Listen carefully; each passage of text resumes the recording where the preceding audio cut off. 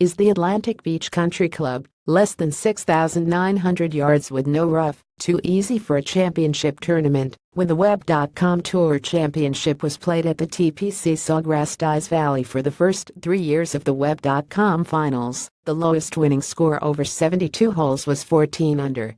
Through 36 holes on Friday at Atlantic Beach, 2 players have already exceeded that. Leader Sam Saunders, who followed his opening round 59 with a 66 at 17 under, and Julian Echeland's 63 at 15 under. And anyone who matched Chesson Hadley's winning 10 under score in the 2013 Web.com Tour Championship at the Valley was among a large group tied for 17th at Atlantic Beach. But even those players who are in the thick of it said a weather forecast that calls for a northeaster to bring rain and higher wind to the area will bring big changes. Just wait, said Roberto Castro, who birdied 3 of his last 4 holes for a 64 to finish tied for third at 13 under. It's just the weather. It's been perfect weather. When it gets windy this weekend, it will be totally different. I told myself that I would have to get to 20 under to get the job done. Maybe I'll have to reevaluate that, said Jonathan Bird, who shot 65 to join Castro and Bronson Burgoon's 63 at 13 under. But with more wind, maybe it will be harder. And Saunders, who was tied for the Web.com Tour 36-hole scoring record of 19 under before a double bogey at the PAR 5 18th hole, set a pair of Eventpur 71s on the weekend, would leaving anyone in contention in good shape, especially those who need high finishes, to work their way into the TOP 25 on Web.com finals money list and earn their PGA Tour cards for the 201,718 season. I'm really pleased that I could put myself up on top, because pars are going to be good this weekend, said Saunders, who set the 36-hole Tour Championship scoring record. You could shoot even par, and you may move forward. No way you can hit all these greens when it's blowing 20 to 30 miles per hour. The scoring at Atlantic Beach hasn't been the lowest this season on the Web.com Tour, but it's close.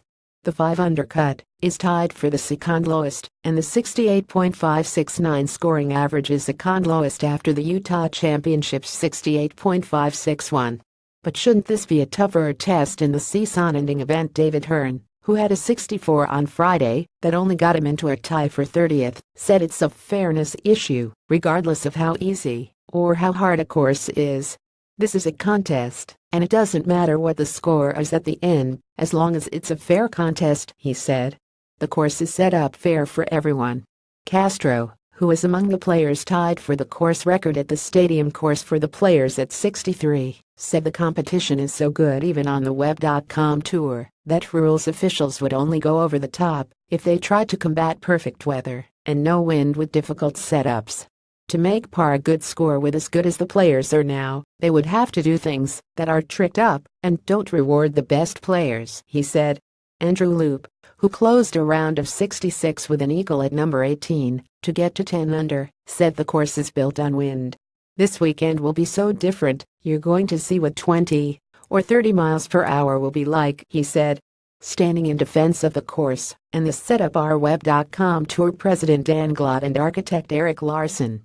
I don't think the tournament's over yet, Glott said. It's too early to call it easy. Sam has played exceptional golf. So have a lot of other guys.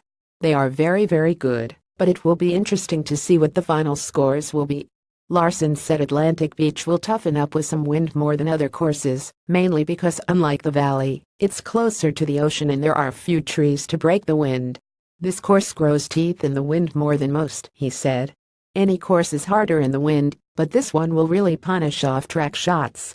It will be Jekyll and Hyde. Saturday will be different.